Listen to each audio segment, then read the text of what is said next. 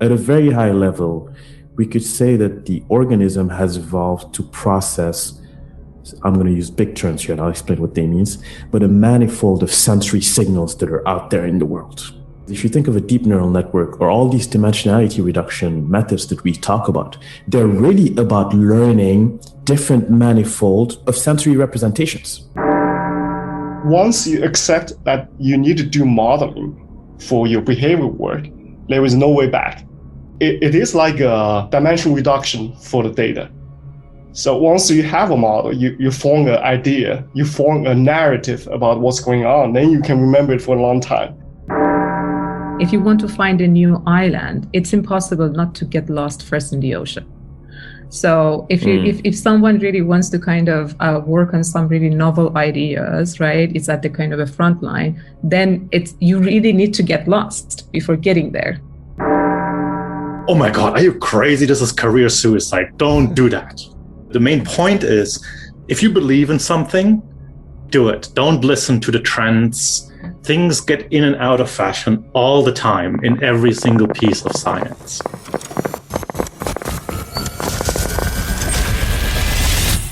This is Brain Inspired.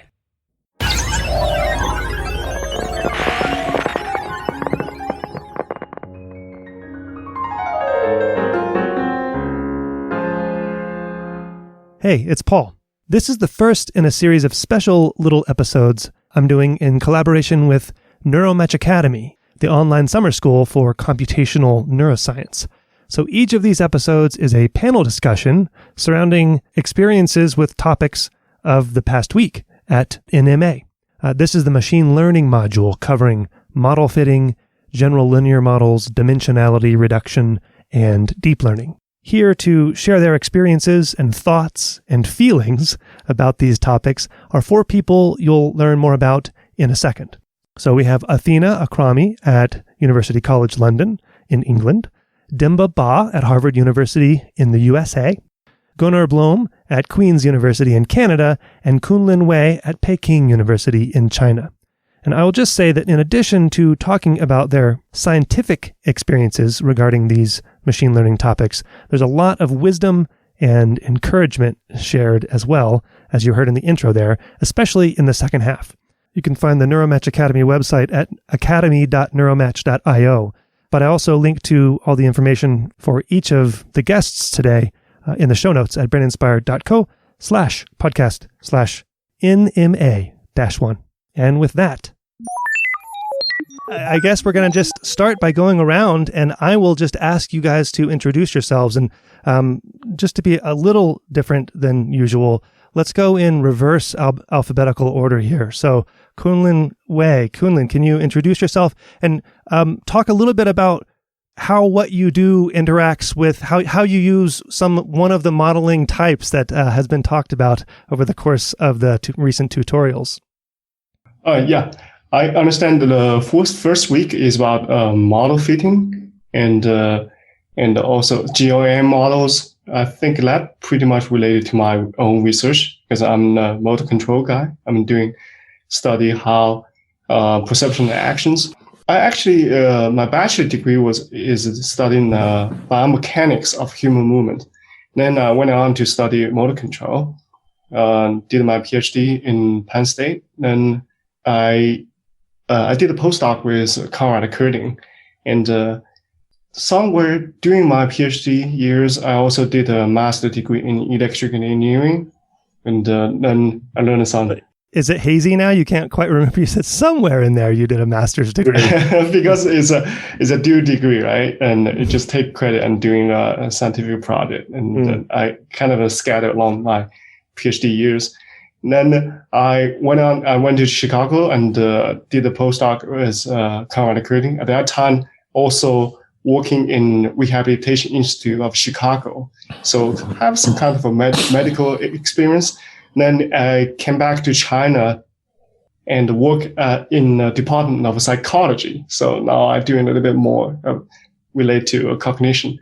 But my own research is more about perception and action, especially motor learning. And so you're kind of focused more on the GLM side. Maybe we can speak to that a little bit later in the show then, huh? Yeah, definitely. And you see, my research tool is more about behavior, so behavior studies. Then we need those modeling tools to make sensorimotor. You're all about sensorimotor adaptation, is that right? Actually, not really. Now I'm doing some interesting stuff. I study, for example, astronauts, etc. Oh man! All right. Well, we're going to have to talk about that, of course. Okay. Thanks, Kunlun. So Gunnar, I think you're next on the reverse alphabetical order here. Yeah, that is very unusual. Yeah, I know. Since we're already at these. We have a very biased sort of like name ranking here. So hi everyone, my name is Gunnar Blohm. Since Kunlun started with like a bachelor's degree, my original degree is in physics, and then like many people in computational neuroscience, I think. And at some point, I sort of got a little bored about thinking about solid state matters and like inert stuff. And I thought, hey, wait a minute, there's like living beings and like there's physicists that work in that area. That sounds really fascinating. And then I saw a talk in my physics department about some physicist, and I unfortunately can't even remember the person's name, applying chaos theory to understand epilepsy. And that just blew my mind. And from that point on, I was set on neuroscience, and I was got very lucky and was very fortunate to be still in that field. And so now my main research is very similar actually to Kunlin's research, sensory motor control in general. So I use the sensory motor control, so essentially how our senses guide our actions, as a paradigm to try to get insight into how the brain works. And so I'm now a professor at Queen's University in Canada. Do you think, I'm just going to jump in, do you think that anyone just calls themselves a straight up neuroscientist? Everyone says I'm a something-neuroscientist, but there's no such thing as just a pure neuroscientist, perhaps. I don't know. Oh, I would totally agree. And this is one of the nice, like fascinating and just amazing parts of the neuroscience field in a certain way, is it's so multidisciplinary, right? And I really enjoy working with people that are in neuroscience, but whose background is really from anything, right? From chemistry to medicine to engineering, physics, math, computer science, you name it. Molecular biology? Anything, of course. I just noticed you didn't name it. Some of us have molecular biology backgrounds, Gunnar. Come on. I can't possibly enumerate all disciplines. There's even people from economics working in here, right? So. Yeah. Demba, what /neuroscientist would you classify yourself as? Yes, that's a difficult one. I would just say computational. So I have a background in electrical engineering and mathematics by training. I came into neuroscience about 15 or so years ago, and someone mentioned GLMs earlier. So I did my PhD with Emery Brown, who together with a group of other people is one of the persons in neuroscience that brought GLMs to our analysis toolkit. So I lead two different kind of lives, and I'm not sure if people in those different kind of lives know that I even lead these lives. So one that I've been very excited about recently, I got bored when I started my faculty job and I couldn't understand deep learning. So I started getting interested in the mathematics of deep learning. So that's one kind of life that I lead. Now, it turns out that it's related to my other life in neuroscience, and we can talk about this later in the podcast. But so I work with experimentalists to develop encoding models as it relates to this module, so GLM type models, but a very specific kind of GLM model in the following sense. So if you think of a GLM, the vanilla one, you typically have to pick the covariates that you want to use to develop your models. Now, if you think of deep learning, what deep learning does that's really nice for you is that it automatically extracts features that you can then use for a task. So a lot of my research has been about how do you develop neural networks in a principled fashion? So from very basic principles, so mathematics of deep learning, but how do you utilize them then for dimensionality reduction and to solve automatic encoding learning problems in neuroscience? And we can go through some of the details of this later in the podcast. But yeah, thank you for having me, and I'm looking forward to hearing from everybody else. But would you consider yourself almost more of interested in the tools used to analyze data more so than sort of the questions about what the brain is doing and how to understand the functions of the brain, etc.? I would say 60% the former and 40% the latter, in the sense that, the typical motivation for deep learning in computer science is hierarchical processing, right? So one of the things I'm fascinated about is how does the brain process information in a hierarchical fashion? So if I present to you a cat versus a dog, you can tell them apart. If I present to you two different breeds of cats, presumably you're using information at different scales to be able to tell them apart.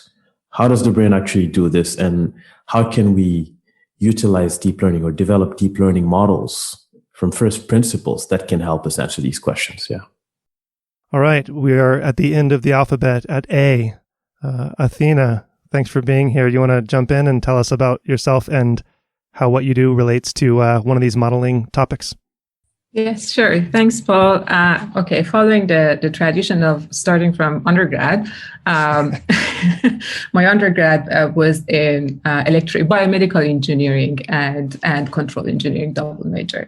And I quickly became kind of disillusioned after that training in engineering, just like in terms of what I really would like to do is science, not engineering, meaning that like I'm looking for just kind of answers and hows and whys and not necessarily kind of finding solutions for daily life problems. But during my undergrad, I did some work developing a BCI system, brain-computer interface system, and I did a lot of linear, nonlinear classification of EEG signals to predict movement imagery, basically movement from mental imaginations.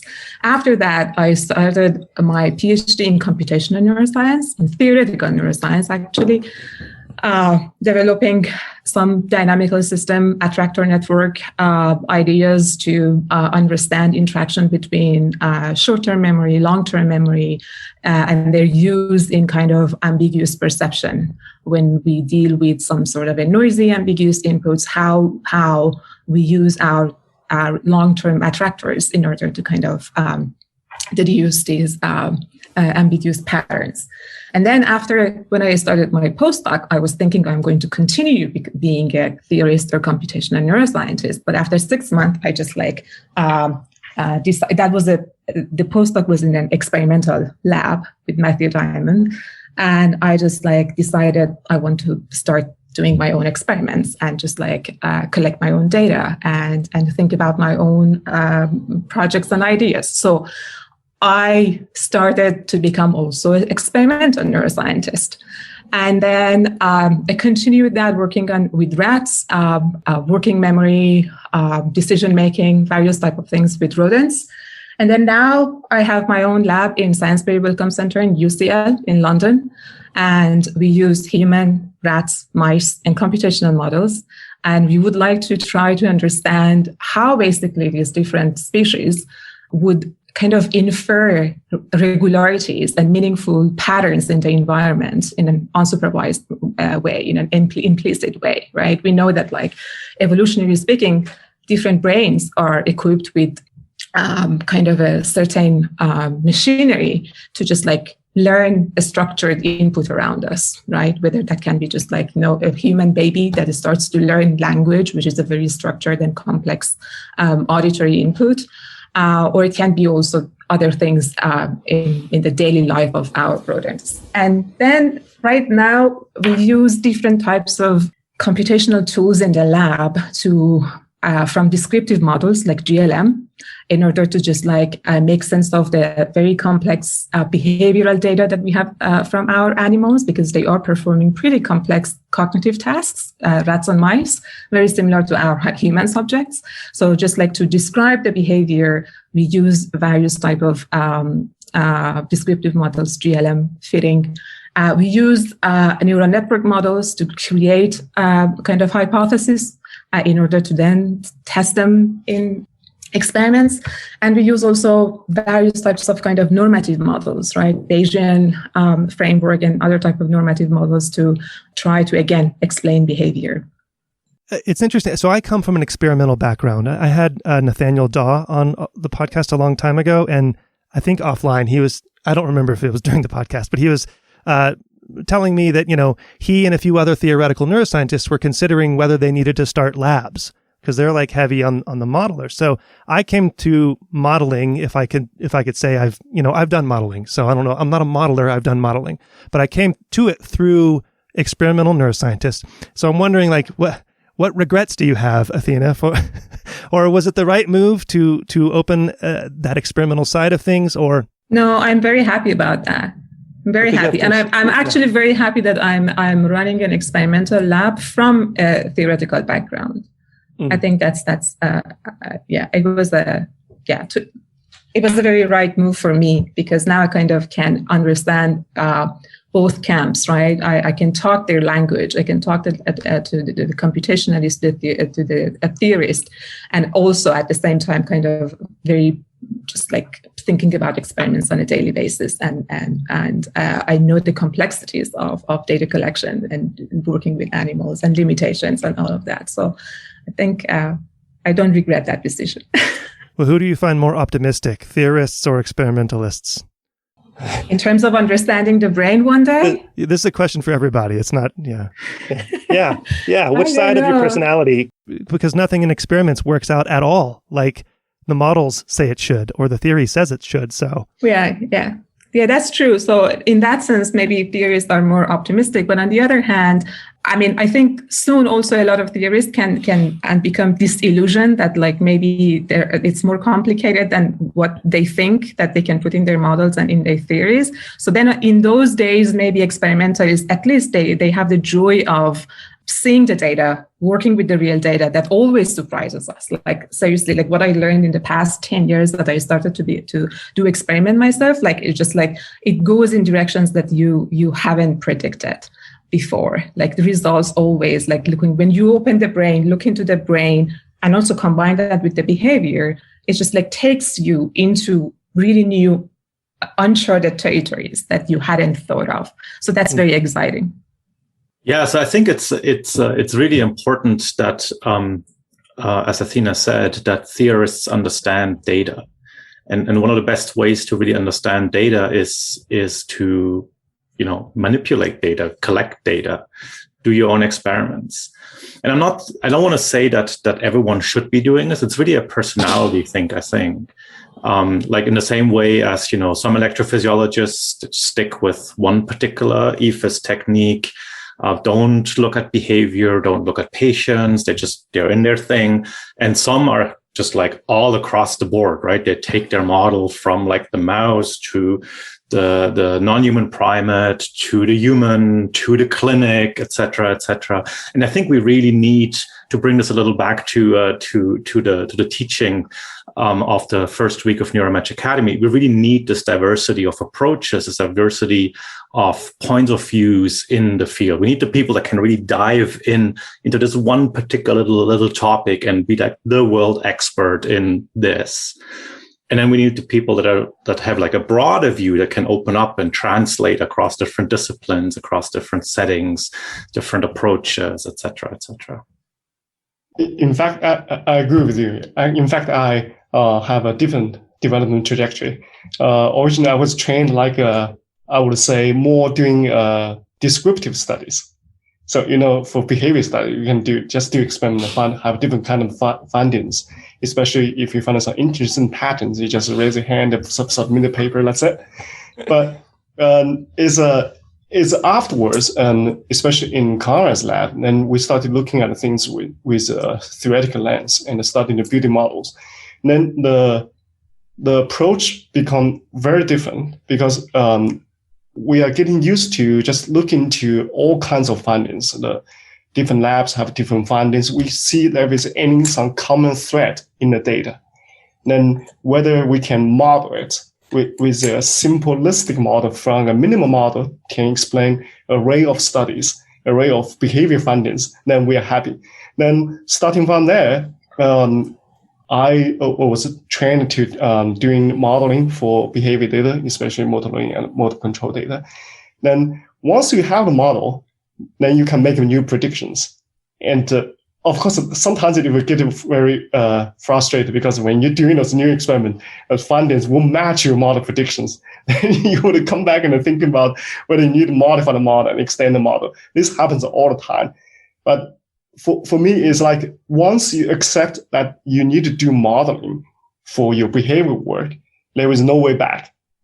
Afterwards, whenever you're doing any descriptive studies, you're still thinking from the modeling side mindset. You're thinking about whether I can derive from the existing model, making new predictions, instead of just go blindly in doing some behavior studies. So that's my developmental path from those all these years' work.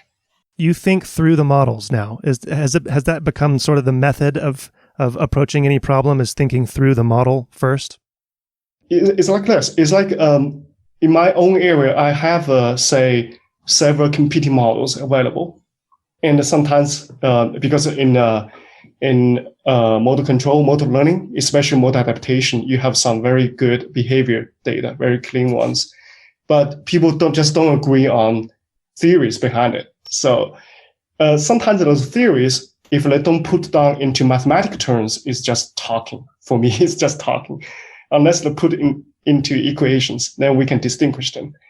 So when I look at those kind of diverse findings, especially they're coming from very different behavior paradigms, I'm thinking whether there is some common theories behind it. That means, is there a common model can explain it all?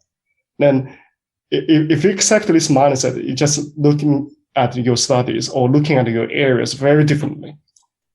Demba, what do you think about, has this all convinced you that you need to open an experimental laboratory here? Oh, it's something that I've been thinking about really? For a while now. Yeah. Because, my own feeling, and I'm not sure if this is what your motivation had been, Athena, sometimes as a theorist, there's a myriad questions that I would like to answer for which the data or the experiments have not been performed in the way that would allow me to answer those theoretical questions. So there's a certain amount of control that comes from having a theory to test and actually having an experiment associated with that, hey, frankly, sometimes you need to convince an experimentalist to do that, and you might have competing interests and so on and so forth, right?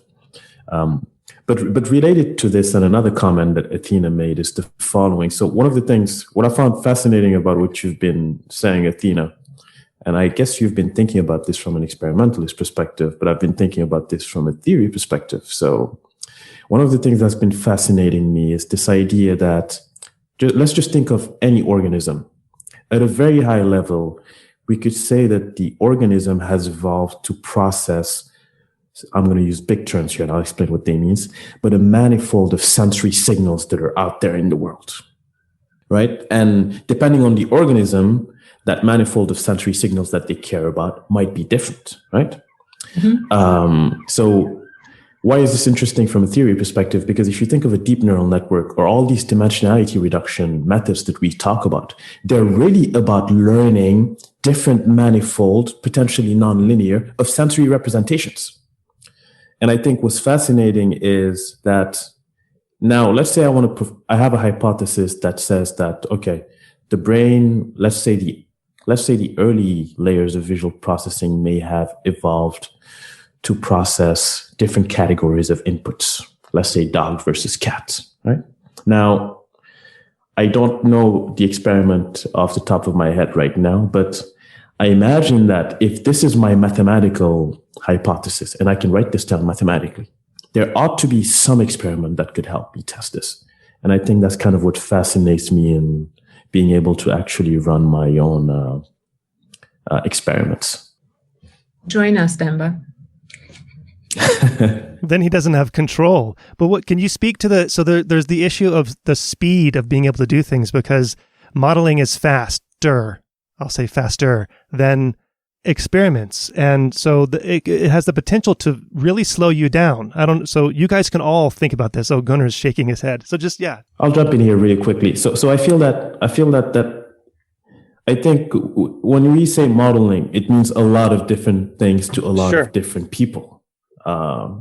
It took me 3 years to finish writing a theory or modeling paper. And I know that monkey experiments, for example, take a lot of time, right? So I think it's a misconception that modeling is faster. I vehemently disagree, but I'm not the one on to talk about it, I suppose.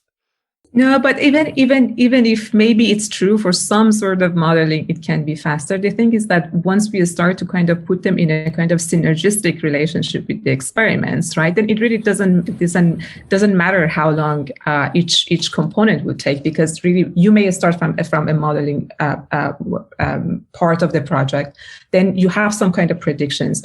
You start to kind of do experiments, and they are going to feed back into your model in order to change them, to modify them. And that's super important to really kind of don't treat modeling as something kind of auxiliary, completely, independent of the rest of the work. They really need to be integrated into the whole workflow of the projects in the lab, right?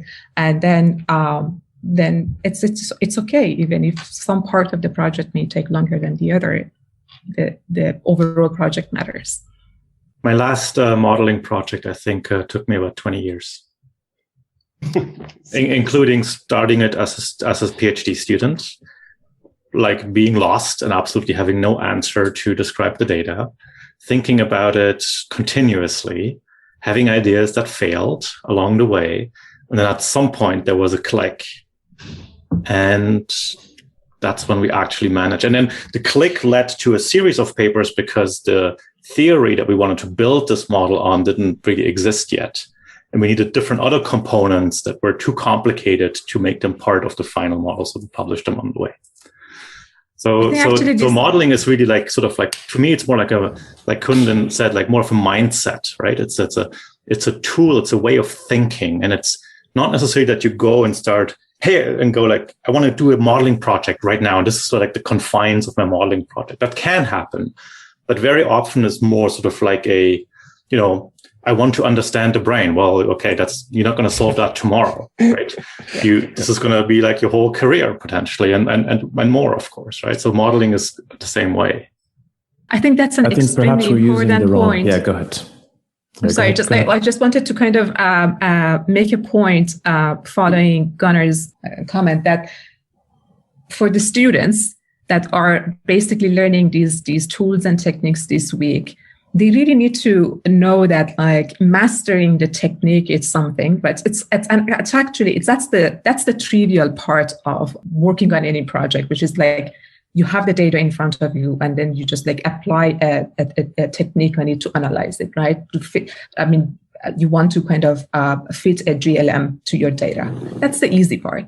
The difficult part is to think about which model suits your data, and the caveats, the assumptions that you put in the data, and why it fails. Is it a really suitable type of model for your data, or really there are some sort of a kind of a caveats that you better deal with them right now? Otherwise, it's going to really kind of produce very kind of misleading results, right? So that these layer around applying these tools is extremely important, and students should have in mind that like, they really need to start thinking about putting these tools in the scientific context, and just like why they are learning these tools, and what is the right application, and which assumptions come with each of these methods, and whether the assumptions fit the conditions of their data set or not. Gunnar started 20 years for one model, and just fit my recent experience. I published a modeling paper back in 2009. Then some people criticize it because there is some predictions that doesn't match the data, or my at least my experimental data did not go all the way to the model predicted. Then only recently, in fact, just last week, I look at another behavior data, another experimental data set published by other people. I think I had an idea because their data, because my old paradigm cannot test my model in the unplanned territory, but the new paradigm can actually fit my model. Then I'm thinking about doing new experiment to say argue against my those previous criticisms on my model. So it has been 11 years. Okay, that's 11 years. So my bottom line is, I think the model is, it is like a dimension reduction for the data. So once you have a model, you form an idea, you form a narrative about what's going on, then you can remember it for a long time. So even though I didn't touch the topic for so long, if there's something related pop up in the data, I will immediately see it because I have this kind of a narrative, have this kind of modeling idea in my mind. So that's my take on the modeling. It by itself is a data dimension reduction for our scientific data. Demba, sorry, you had started to speak earlier. Did you want to throw something in there? Or? I'll make this point quickly, but sure. I think Athena made it somehow. So I think we might be using terminology that's vague here. So sometimes so there's a difference between method development and data analysis. So sometimes the mathematical tools you need to analyze a certain kind of data do not exist. In those cases, you need to come up with them. And the process of doing so may not necessarily be a trivial one. And in fact, in some sense, it's an experimental process. There are experiments that are going on inside here.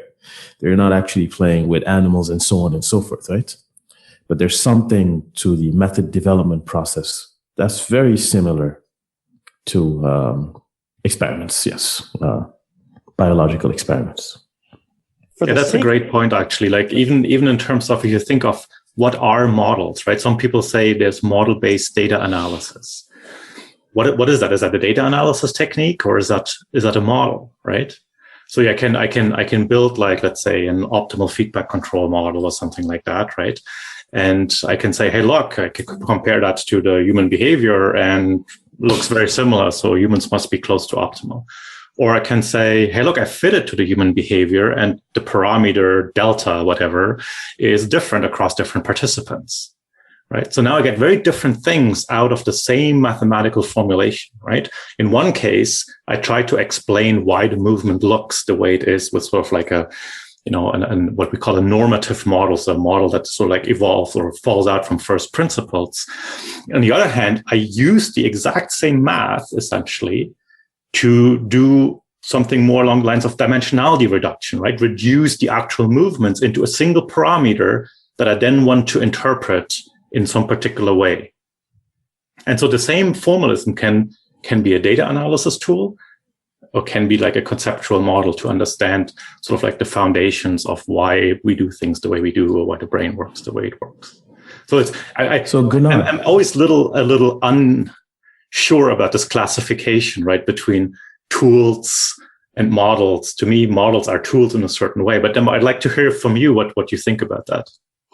No, so the quick point that I wanted to make was that, so at the end of the day, in those two use cases you just described, don't you think that at the end of the day, there's, even when one is not aware of it, when they're using the model to analyze data, somewhere there are underlying assumptions about how the data you're analyzing are generated that make it such that you can utilize this tool to model the data. Does that make sense? So yeah, totally. Yeah, 100%. I say this because of a lot of the work that we do in the mathematics of deep learning. So I think of deep learning right now as a bunch of Legos: data, weight, nonlinearity, and so on and so forth. But a lot of the work I've been doing, a lot of people have been doing, is to try to reverse engineer them. It turns out that in certain settings, you can reverse engineer all of the processing that happens in a deep network from a normative perspective. So does that mean that the deep network has made normative assumptions? I think yes and no. Even implicitly, it may have. But I think we need a lot of time and a board to discuss some of this. But board's not good for an audio podcast, of course, so we'll have to do it another time. I'm wondering if it'd be a good idea, for the students' sake, if we could maybe go through some concrete examples of how a particular model has either made you change your intuitions about a particular phenomenon, made you understand something differently, and or just given you a really hard time Just how like some model that you've used that has been talked about in Neuromatch Academy, so one of those types of models, your experience with it and how it relates to how it moved your science forward, how it set you back, how it made you cry or jump for joy, etc. I can start with an example of use of GLM in my work. So during my postdoc with Carlos Bordi at Princeton, we were having these animals, rats, that they were doing a working memory task. It was an auditory working memory task. They were hearing the first sound, then there was a delay period, the second sound, and the animals need to compare like the amplitude of the second sound with the memory of the first one, and then judge whether it's like louder or not, and make a decision, right? So it's a kind of a delayed comparison of two auditory sounds. And when I was, when I started this project, when I wanted to develop this task for rodents, I was really after understanding the neural mechanism underlying working memory maintenance in rodent brain. That was my naive scientific ambition at that point. And this, can I just jump in? This was kind of the earlier days of this move toward studying quote unquote higher level cognitive functions in rodents, because classically it's been done in non-human primates. So just wanted to frame it a little bit. Yeah, this task didn't exist in rodents. Like really 10 years ago, people didn't think that rodents can do this task. It was a very classical task in primates. There is a famous research group, Ranulfo Romo, who developed this task in primates. And so then I had this task in rodents, and I wanted to just like figure out what's happening in the rodent brain. And the starting point was just, let's kind of inactivate some brain areas, see whether they are involved in the brain in that task at all. Okay, so I was doing then some inactivation experiments using optogenetics, that like you put a virus that was going to express some opsins in some neurons, meaning that after that, if you shine light over that piece of cortex that is infected with this virus and opsins, then you can shut down, right? You can just like inactivate neurons. And then I collected data, and to my surprise, it seemed that like the performance of these animals are getting better, right? In some of the task parameters that I was testing at that initial phase of the experiment, which was extremely confusing, because you would usually imagine that like when you inactivate a part of the brain, either you don't see any effect, which means that like that part of the brain is not really involved in that behavior, or it's just like you get some sort of impairment.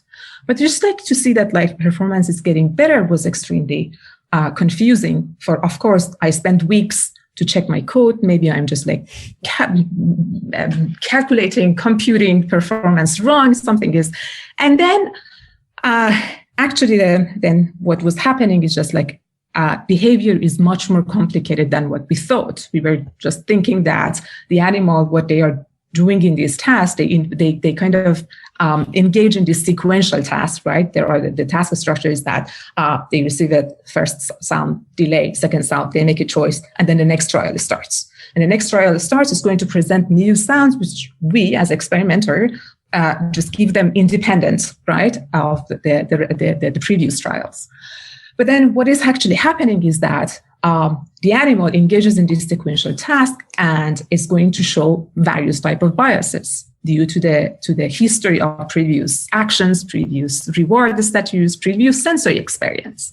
So then I started to actually then work with a relatively simple logistic regression model, a linear regression model that would just like quantify for me the contribution of different variables in rats' performance. So I was not only including the sounds in the current trial, but also what were the sounds that animal received in one trial before, two trial before, maybe average over some time window, and then what was the reward status, whether the animal was rewarded or not rewarded, right? So you just like put some sort of a predictors in the GLM, and you want to see that like whether they have any influence on the behavior or not. And that kind of a simple GLM exercise really taught me that animals, very similar to our human subjects, they have these very interesting sensory biases, sensory history biases, as well as reward history biases due to this kind of a sequential nature of the task. And to be honest, then learning that about the behavior helped me to actually then understand the inactivation results, helped me understand to also the electrophysiology results that we found in that part of the brain, that they were all related to this sensory history. So, and linked to some sort of, when we kind of engage in an environment, we receive inputs, we build priors, we use these kind of priors in our future decision-making tasks. And it really opened up a new era into my research. Now, from just like focusing on the working memory maintenance, I am now focusing on formation of priors and the use of the priors in the context of working memory or any other decision-making task. And this is all because you implemented a model. Yes, but I have to say that it's also important, like when you implement a model, it's only as good as your assumptions, right? That what you put in the model, right? It really depends. Like, so when and that model was a descriptive model, right? But I included some predictors that, given the known literature about other human cognitive behavior literature or in animals, I was aware of some sort of a kind of a serial biases, right? So then you put things that you think are relevant for this specific behavior, and then you measure them in your model, right? When your model is a tool to then actually, like in a kind of a rigorous way, quantify the contribution of these different regressors into the behavior. So it's a really combination of your assumptions, that should be an informed assumption, educated assumption, given what we know already, into this kind of a new model in order to explain the new behavior. In that instance, it's not like you set up a model and it taught you new potential avenues. It really is like the model, what you learn from the model is bound by the way you set the model up, the questions that you ask it. And in that sense, it's definitely a very specific tool. Yes. So thank you, Athena. That was awesome, because it really brought everything together. Do you think anyone else can top that? Yeah, Kunlun says he can top it. I can give the other side of a coin is how modeling make my life miserable in a period of time. At that time, we are studying motor learning, right? Then, in terms of in Bayesian theory, it's very simple. If you have a large prior uncertainty, then you should learn less. Right? This sounds very simple. It's because of the prior affect perception at that time. A lot of people there are a lot of examples, but in terms of a motor system, how a prior, especially a prior about your own body, or about your own body state. If you have a large uncertainty in the prior, then you should learn less. But we have this idea, right? This is kind of theory driven. But as an experimentalist, I need to find a way to modify my prior in my motor system's prior and modify its uncertainty. Then I remember I did this work. I tried a different kind of experimental techniques. In the end, I did it, but it took me like a year. At the end of the time, I checked my code. I tried 7 versions of it. Checking the code is always step number 1 after kicking the computer, right? Like you have to check your code. Yeah. Yeah. So then my solution in the end is very simple. I ask people to sit in the dark for 1 or 2 minutes before I turn on the computer screen and ask them to do some motor learning task to quantify their learning speed. Is with this kind of manipulation, in fact, can speed up the learning speed. You see what I mean? If you sit in the dark for a long time, you have larger uncertainty about your own body state. Then you learn faster. This is kind of unintuitive because at that time, in theory, this makes perfect sense. But at that time, I couldn't get to this point. I couldn't get to this kind of experimental technique because it's kind of counterintuitive. But I'm glad I tried 7 versions of manipulation, finally rather less. But this is what one lesson for me is sometimes the theory could be right, but when you're trying to come up with an experimental technique to test it, sometimes it's hard. So that's my story about this. Yeah. Great. Yeah. I'm going to force Demba or Gunnar to use a concrete example of how modeling has changed your intuition or understanding of something, or some instance like that. Yeah, I'll keep it very short. So I started my faculty job in 2015, and a year later, I did something that I don't advise doing. Is I kind of did almost a 90 degrees. So this was around the time where deep learning started getting really hot, and I could not for the life of me actually understand why it was working reading papers. So this is a story about method development. So I started, because of some background that I have in certain areas of mathematics, I just started thinking about from scratch, how could I justify to myself that the operations that a deep network is doing kind of make sense? Weight, value, and so on and so forth. And it took me about a year and a half of reading. And so one connection that I've made, or that we've made, is between sparse coding and actually deep learning. It turns out that you can derive certain deep learning architectures from first principles using a sparse coding model, which a lot of people will be familiar in neuroscience. But so the process of starting from a very simple equation, if you look at sparse coding models, there is a very simple set of equations. The process of starting from that and then convincing myself that, yes, actually, this actually makes sense for why a deep neural network does what it does, took about probably a year and a half to at least convince myself of that. Going back to what I mentioned earlier about method development, right? You start in the dark and you have some very rough ideas based on experience.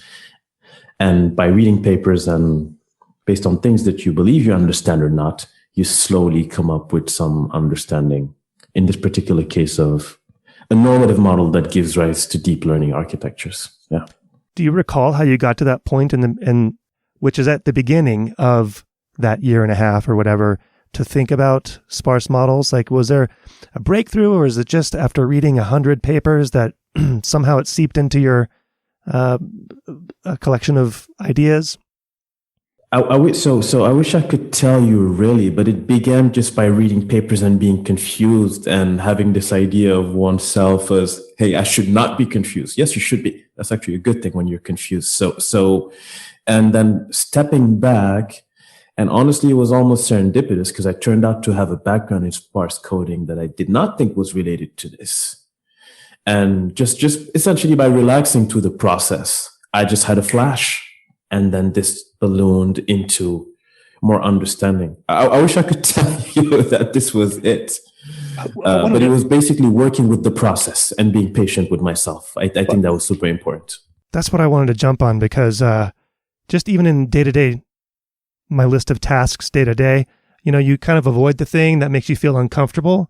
And that is like the most important thing to move forward in and to work in. And I think that a lot of people, at least for me, because I didn't have a modeling background, that is the thing of most resistance, right? That you need to push through. Actually, Demba, I know that you have read Stephen Pressfield's War of Art, and he talks about this concept of resistance and working through the resistance. And I know that you happen to be a fan of that concept. And it's really hard to do, but that's like the most.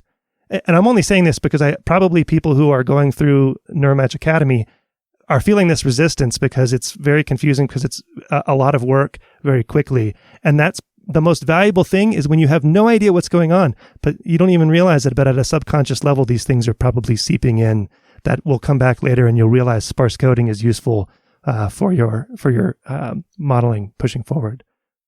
Can I add to that? Because I think this is actually super important. And thank you, Demba, for bringing that up. Like the fact of entertaining a certain level of uncertainty and doubt as a researcher opens our minds up to learning. And that really relates in a certain way deeply also to what Kunlun said about motor control learning, right? The more uncertainty you have, the more you can learn. If you think that you're super certain about your knowledge, you will not let any new information in. And so I think, and this in particular, as we advance in our careers, becomes more and more sort of like an active or semi-active process where we actively have to sort of like entertain the curiosity, the open-mindedness to new ideas and things like that. And if we don't do that, we just will not ever be able to learn. So I really find that very inspiring. Thank you, Demba. Yes, I second that. Gunnar, do you want to add a story, or shall we move on? I can add a very quick story, but from a very different point of view, because I want to make a point with that. And so this is also like a neural network story, and from my own research. So when I was a postdoc, I essentially wanted to understand reference frame transformations in the brain, right? And so I built like these complicated geometry models and kind of things. And then I wanted to know, like, well, but real neurons don't do geometry, right? They somehow have to process or compute that with parallel processing. And I want to understand how to do that. And so I thought, like, well, obviously neural networks is the best thing to do, right? And that was sort of like around 2004, 2005, in the middle of the AI winter, right? And you know, as a scientist, I go to my colleagues or the advisors, I would say, and everyone told me, "Oh my God, are you crazy? This is career suicide. Don't do that. We're in the middle of an AI winter. We know this will never work, etc., etc." Right? But my postdoc supervisor actually believed in that, and he thought it was a good idea, and said, "No, I think you should do that." And so I did, and it ended up being like one of my most cited papers now. But also the main point is that if you believe in something, do it. Don't listen to the trends. Don't listen to the fashion. Things get in and out of fashion all the time in every single piece of science, whether that's single cell recordings, whether that's certain paradigms, whether that's certain approaches, they come in and out, right? And what at some point, like support vector machines were the thing to do, right? And now no one looks at them anymore. Everything is like, you know, deep networks. These things just come and go. Take the tools for what they are, know what they can do, and just go with your intuition.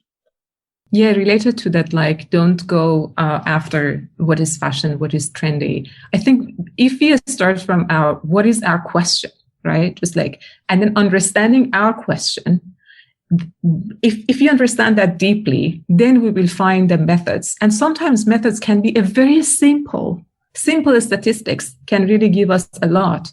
It doesn't need really fancy machine learning methods to throw at a very, you know, kind of a simple question. So I think if you really could just try to answer the questions rather than apply certain methods and just, like, you know, go fancy and go after what is the most hot and fanciest method of the time, then I think we will be less kind of confused and more focused on answering the scientific questions. And this is really all that we wanted to teach you in the first 2 days. Appreciate the diversities of the models, what they can do for you, and then essentially make the right choice based on the scientific question in which approach, which toolkit is the best way to potentially answer your question. I have a question related to questions. So I agree that it's most important to focus on the question and to frame things from that. But in a practical day-to-day, like during your work days, how much time do you spend thinking about the question, thinking about the phenomenon you want to understand, or the theoretical entity, or what have you, versus mucking with the model, thinking about how to make the model different and how to make the model work and which version of the model you should use? Like, in other words, how much time do you spend thinking about the technical side of the modeling, which is kind of away from the larger issue that you originally wanted to focus on? I asked because I did experiments and modeling at the same time. In both of those, you find yourself in the technical details mired often, and you can really lose focus of the bigger picture. Why am I asking these questions even? Like, what was I originally interested in?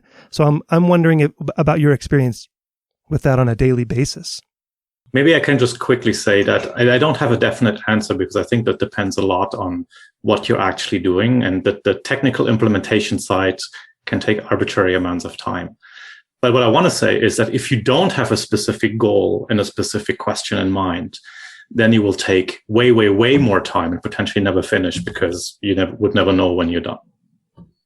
I guess I agree with Gunnar as really depends on what kind of research area you are in and what kind of research question you are asking. For example, for model adaptation, I'm more into one area I'm focused on. You have very clean data, and the data can be easy modeled. Then you can spend more time thinking about the modeling, especially when multiple labs producing diverse results with different paradigms. You can thinking about maybe a universal model to explain all kinds of phenomena. But for some other areas, for some my other research interests, there is no way you can model them. For example, I have some work on motor control in autism children, and because I'm doing motor control studies, right? There is only vague theories about why people autistic children have different developmental trajectories. One theory could be the social deficit or so-called communication deficit comes from early deviations in terms of a perception and action. Well, in this particular area, there were not many clean data to model. Then I need to do a lot of, say, descriptive work. As I mentioned earlier, I think my work is more something about more, some work is more focused on descriptive, something about modeling. It's the same thing for, as I mentioned before, when I studied working with the astronauts, or you call it taikonauts, the Chinese counterpart, they call it taikonauts. Then there was a lot of mysteries there in terms of perception action in the space. But there was no way we see a clear pattern. Instead, you need to collect a lot of data before you can come up with a theory. For example, Gunnar probably know we're doing those multiple sensory integrations. Those Bayesian models are dominant. But even in a simplistic form, their challenge in space could be space sickness. And you can the mechanisms of space sickness is you think it's simple. It could be the vestibular disturbance, but it's not as simple as you can using the Bayesian models to explain it. It's really complicated. So in terms of in this kind of area, you need to do a lot of experimental work or just collect data to figure out what's going on. So just go back to the original question. It really depends on the topic you're focusing on. If the area have clean data, have those well-recognized experimental paradigm, and so everybody can agree on the data set from different labs, then you can go on with your modeling. And if the area is immature in a scientific sense, in a modeler sense, then you just need to collect more data and doing more descriptive studies. Good. Demba, how about you? I'll take it a bit more philosophical. So to me, at least in my own experience, right, I think about it as an iterative process. So there's a big question that you would like to answer, okay? And I think, at least when I see this in my students, the most important part that they're missing or that they forget, and I know they can graduate when they get over this, is they get attached to the big question, which is a big mistake, right? In my opinion. And two, they fail to take action that might lead them to smaller questions that can give them more and more clues. So in my own experience, it's that failure to take action that actually leads to the inertia, to the resistance that you were talking about earlier. Because at the end of the day, I don't think it's actually about answering the question itself. It's about how you ask even better questions. And the question itself might actually change. So there's an iterative process that has to involve some form of action, in my opinion. Demba, how do you get your students to get to that point? What do you do? Yeah, teachers. How do I get them to get to that point? Or did you overcome that hurdle? I think I don't think I do it. I do it so that they don't notice it in the following sense. So I think this is where the advisor becomes super important in the beginning. Typically, the way I set things up is that their first few projects I guide. So by them coming to me and being like, this didn't work, blah, blah, blah, and we have a big question, and I make suggestions that lead to action that they then see work, I think then they trust the process. But you let them get lost first? I do. Definitely, it's useful. It's very useful. Can you unpack why you think it's useful? Sorry. Say again. Can I unpack why I think is useful to get lost? I mean, it might be part of my own bias because I find that, so if I can get to an answer or maybe this is me torturing myself. If I have question A to answer today and I can get to an answer tomorrow, that's not exciting to me. Because I think along the way, I'm missing all these other things that may not have come to my mind just by getting into directions that may not necessarily lead to something else.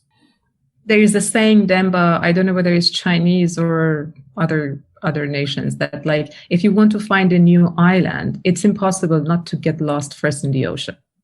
So if someone really wants to kind of work on some really novel ideas, right, it's at the kind of a front line, then you really need to get lost before getting there, right? So, and I think I totally agree with you, and my philosophy really is very much similar to what you described in terms of this iterative process. And we really need to let students get lost, because eventually those students want to become independent researchers, and then if they really want to work on novel ideas, they need to be trained to really get lost a lot of the times, and then come out of that swimming well and come out of that getting lost in the ocean and find a new island. I have a controversial question. Do you think in some sense that we fail to teach them this? So for example, when I read papers, I would love to see a journal where you have to talk about what didn't work. So you publish your paper, you had great results, but I want to read and I want to hear about what actually didn't work. Because I find that that's what I learned the most from. So do you think that in some sense, we're failing our students or the younger generation by I'm not talking about, okay, let's talk about our failures, etc., but just by going through the process of things that did not work and how you actually do research?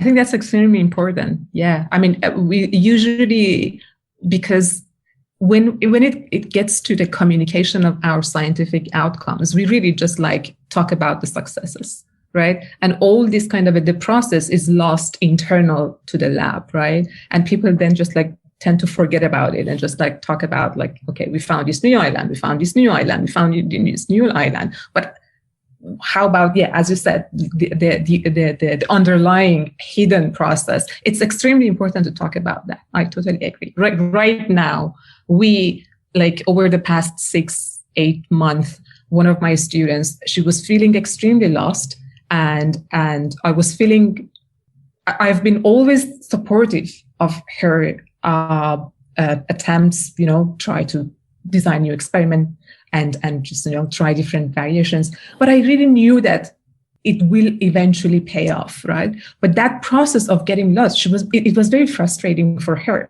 right? And as a supervisor, it was also kind of painful for me to watch it, that just like this student feels lost but it's a very subtle thing. It's a very tricky situation, because you also don't want the students get to a point of complete despair and, getting kind of completely give up on the idea of pushing more on that specific research project. So I think, as you said, it's important to just in that process give them maybe some sort of a shorter term, practical, feasible goalpost to just like give them motivation. It's rewarding for them on this process that kind of they get lost, but then there is a kind of a concrete result that they can achieve, and then will give them hope, and then they can continue. So it's a very subtle process, I think, but extremely important. I actually agree. Just one question, because our podcast will be heard by a lot of students. I'm just asking a question on their behalf. Is they may ask, because we are all faculty members, and do we have a so-called a survivor bias?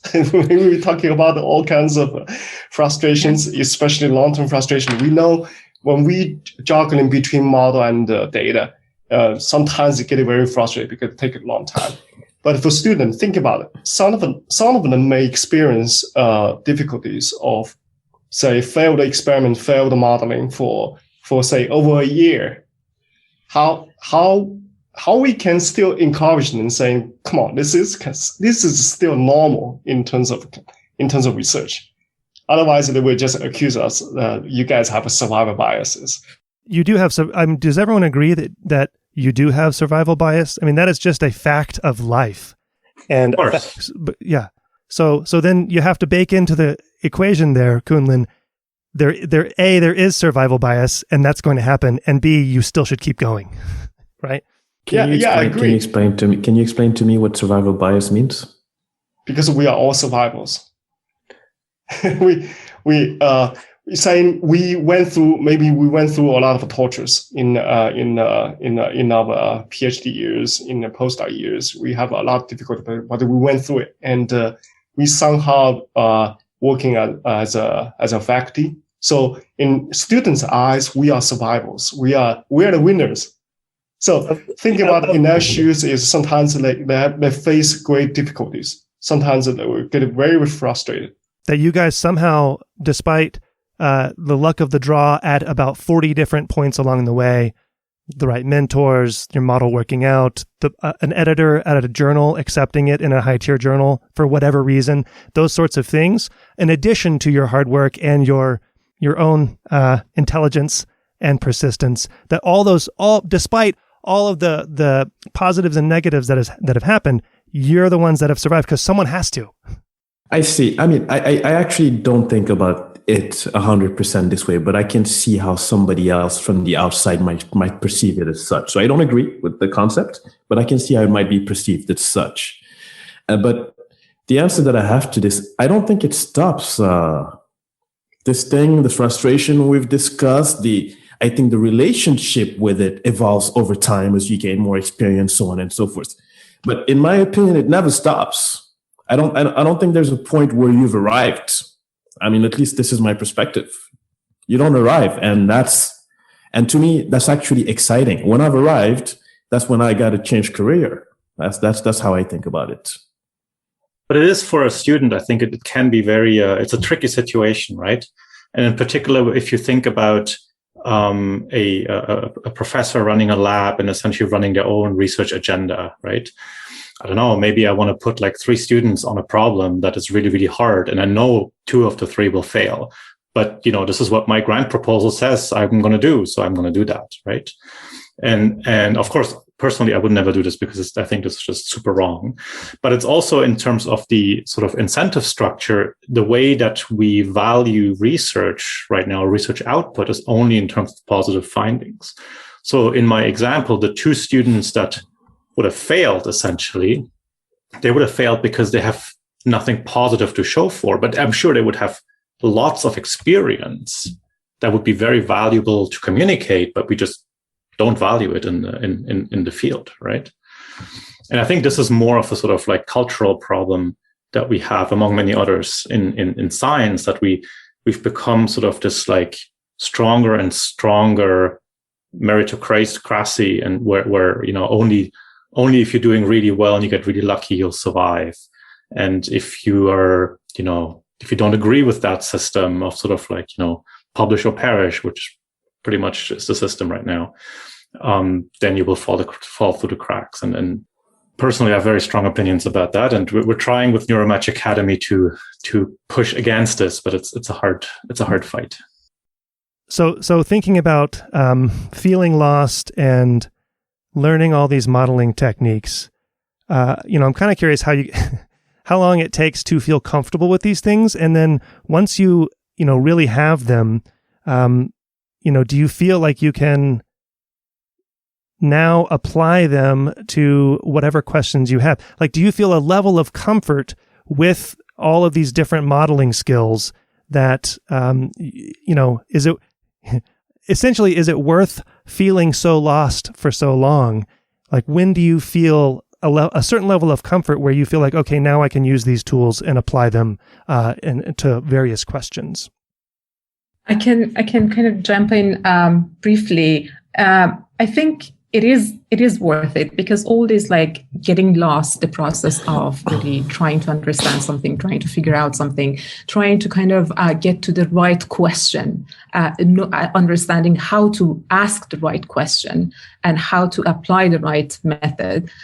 It's going to train us as some sort of a scientist, that we can kind of apply our skill not only in our direct field of research, right, but in a kind of a broader sense even.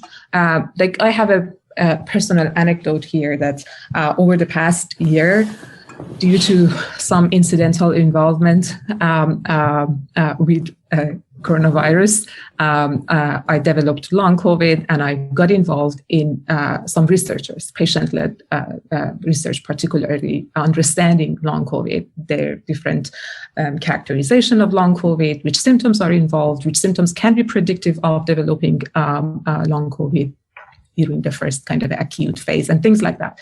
And I'm doing a lot of kind of a data analysis and modeling in that field, which is a very different field of research from my neuroscience systems, neuroscience lab that I'm running, right? But the skills that I'm using there are basically the same skills. I'm applying like GLM. I'm developing predictive models that they are all. I was using those models to analyze behavior of my rats in the lab, or understanding some neural activity, or understanding some perturbations of the rodent brain. But now I'm using those skills in a completely different field, and I think it was very eye-opening experience for me, that like now that I have acquired these quantitative skills, it doesn't matter what is the exact maybe question. I can really apply them in fields out of my direct expertise. How much experience using the model to understand a phenomenon, right, in your neuroscience experimental work, how much does that play into using the model to understand some other phenomenon, like COVID, right? I think that's pretty important. If you really kind of know the math, the assumption, the kind of statistical properties of each of these models, if you understand them deeply, then it's easier to just like kind of change the data set, and also understanding the data set, because all these data set, all the variables that we are dealing with, they might have different types of interactions and correlations, and if you're not aware of the possible type of correlations in our data set, then again we can create wrong models basically. So it's both like understanding the assumptions of the model and understanding the different type of data that you are dealing with. If you know them, then maybe there is for some cases it doesn't really matter. The data is the spiking data, is behavior, or is like symptoms of a particular disease. Maybe I don't know if I answered your question. Yeah.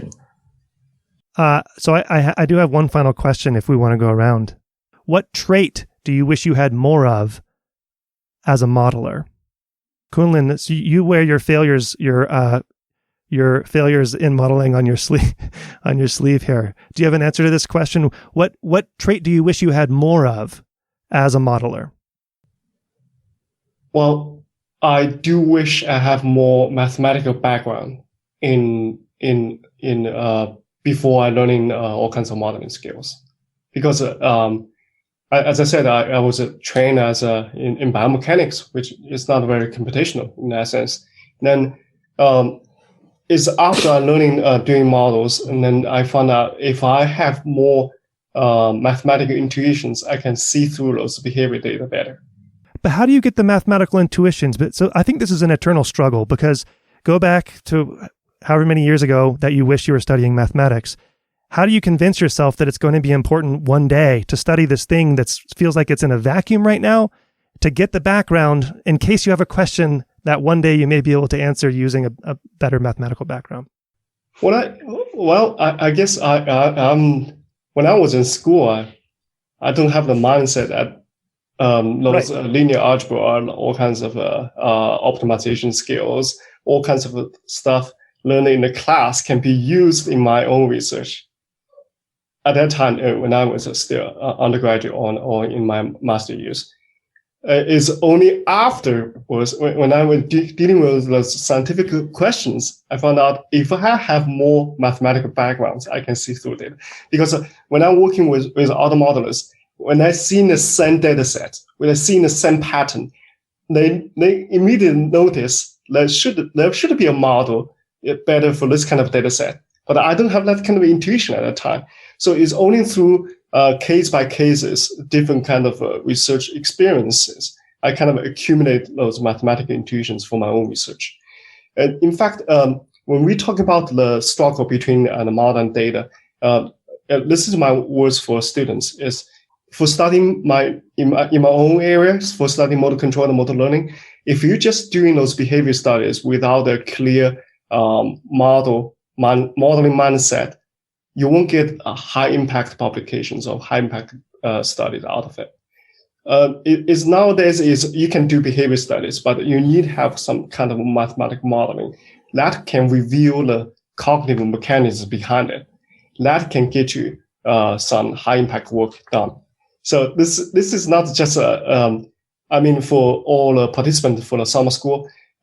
It's not just some classes you can take. You just simply take as I can see myself in when I was a student. It's some tools you have to master. Otherwise, you will regret, just as I did. Okay. The fear-based approach. I like that. So we'll open it up. So you can either say, how about this? Either a trait that you wish you had more of as a modeler, or the alternative question, which Kunlun actually answered, is if you were back at the beginning of your training, you'd either study more of something and or less of something else. Demba, what do you think? Yeah, so it's an interesting question, because I sometimes wish the opposite of which Kunle wishes. I wish that I knew less math and that I could trust my intuition about data more. Right? Because sometimes it goes back to something you mentioned earlier, right? Which is sometimes it's easy to lose the forest for the trees, right? So it's easy to be stuck in the mathematical details of what you're trying to accomplish and forget about the big picture. So I wish I trusted that intuition more. And at a high level, there's a lot of talks about this recently in the past couple of years. It's part of a tension right now that's happening because of deep learning. Because you have the computer scientists on the one side that say that, you know what, it works. And it outperforms 50 years of algorithms that we've developed that are normative and mathematically based. So why do people like me bother them with trying to make this thing, trying to come up with a mathematical theory for it? And I actually don't have a good answer other than it's exciting to me to explain it. Yeah. Okay, so this is very confusing to people. Gunnar and Athena, do you guys have clarification on this? Can you help them? Yeah. Can you help them be less confused? Yeah. I think this, I don't know. I totally understand Demba. And I think, again, it's one of those kind of maybe good confusions, right? It's always good to just like have the rigor eye of a mathematicians, right? Like just like a kind of I want to really get to the bottom of things, formalize things, and understand the logical flow of different parts of the framework. But also, if you can just like get away, develop some sort of maybe a philosophical eye to just like abstract out some finding, even if they are not completely kind of based into a very clean and analytical formalism. That's okay. Maybe we should just like go back and forth between these two type of scientists. I would totally agree with that. I think this falls to me into the category of diversity as a strength. We need the different approaches. We need different ways of thinking. There's no one that's better than another one in my mind. They're complementary. We need them all. Perhaps this is where I think we've been talking about a lot of this in a vacuum. This is where a good supervisor or a good network helps, right? because I think what I have over my student is experience. I can help you while you're learning X say that, you know what, this detail that you've been spending 3 days on, it doesn't matter right now. Let's come back to it later. So I think this is where having a good network around oneself can help, and a good supervisor, for example. Enter Neuromatch Academy, TM. Well, it's actually it's not a joke. Like the reason why we teach Neuromatch Academy through the Socratic approach is exactly because we want the students to ask questions themselves. We don't just want to spoon feed them the answers, right? And so the TAs are not supposed to be specialists of every day, quite the opposite. But they're supposed to be guides in the learning experience. That's what they're there for. And I think this perfectly summarizes what Demba said. It's like what the TAs have, because they're typically a little more senior than the students, and what we have for our students is added experience. And my students are way more specialist than I am in their particular fields of research. They know the literature. They know, like, I don't. But if I can learn from them every day, then I feel happy. Anyone else closing thoughts? I can say what trait I wish I had. Please, yeah. I mean, I wish I had more kind of a classical training in physics, not to become a physicist, just like to be right where I am right now, but like coming from a physics background. That's not a trait, though. That's a skill. So we'll put that in skills, which is totally fine. That's how Kunlin answered, because yeah. I mean, I think it's more than a skill, because I think so the reason that I actually didn't study physics was more maybe a kind of a childish reason, that like I kind of, as an Iranian girl in Iran, I wanted to rebel against my family, who were, I had a physicist dad and a physicist brother, and I didn't want to do what they wanted me to do, and I just like, okay, I go and I will study biomedical engineering. But then later on during my PhD, I kind of regretted that, and I started to kind of learn physics, particularly statistical mechanics, but more than really skills, I'm talking about the way physicists look at questions, that like they really would like to get to some sort of abstract understanding of the phenomena. And a lot of the times it becomes very annoying, actually, particularly for experimentalists, the way that physicists kind of forget about details and just like, kind of minimize the details and just like look for the general principle. But I think that view, it's really a particular eye by which they look at the questions and look at the phenomenology in the world, just like try to put the complex phenomenology in a very kind of a simple theoretical framework. And I think that's more of a really kind of a day-to-day way of looking at things and asking questions. And it just like, I tried to learn that, but I think a classical training in that would have been different. Do you worry that you'd have a reductionist bias? If so, though? Maybe that's why that I said that I want to get to really be where I am, which means that it really just like running an experimental lab that would just kind of remind me every day that like this reductionist approach maybe really is not working.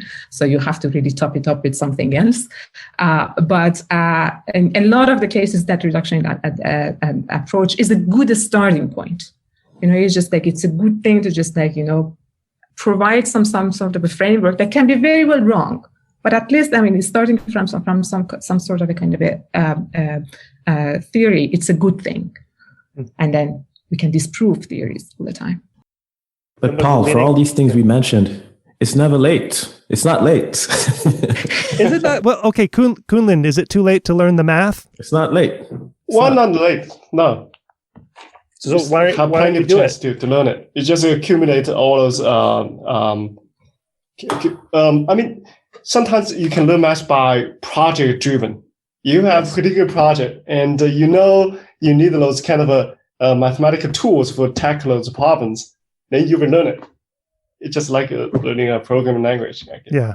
Well, that's so, Demba, I think, what popped in my mind is it's never too late, because it never ends until you die. Like, you keep circling around to the same things and learning more, but then having to relearn, and it never ends. So it's not like you learn modeling and then you're done, right? You learn modeling and then you learn modeling, and then you learn modeling, and it just keeps building and building, right? And the theory, and I mean, there's people do real work and developing theories, right? All these things evolve. It's not like you have learned linear systems, you're done forever. No, there's a whole bunch of other things that come on top of that. Like, Bayesian statistics and neuroscience, one of those examples of a more recent translation of techniques or introduction of techniques or tool sets into the neuroscience research field, right? Reinforcement learning is probably another one of those. And you can just optimal control theory, right? Is also like very recent and still gets developed. Like now we're at robust and adaptive control, et cetera, and it's not going to stop there. So as a computational neuroscientist, you're not sort of like learn the tools and then you're done and you can go do your research. It's a continuous learning exercise of the tools in the same way as we're continuously learning, like any scientist has to continuously learn and catch up with the progress of their field, right? It's the same thing. So NMA will look very different in 10 years if it still is running by then. All right, guys, I'm going to let you continue along your own days and go learn some more modeling or whatever you're doing for the day. But thanks for the discussion, and I hope it was useful for the Neuromatch students. So I appreciate it, guys. Thanks, Paul. Thank you, Paul. Thank you. Thanks, Paul. Thank you, everyone.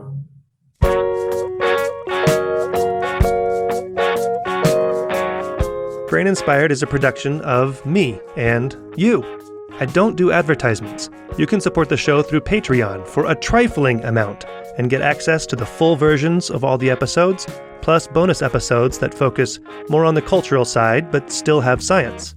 Go to braininspired.co and find the red Patreon button there. To get in touch with me, email paul@braininspired.co. The music you hear is by The New Year. Find them at thenewyear.net. Thank you for your support. See you next time. The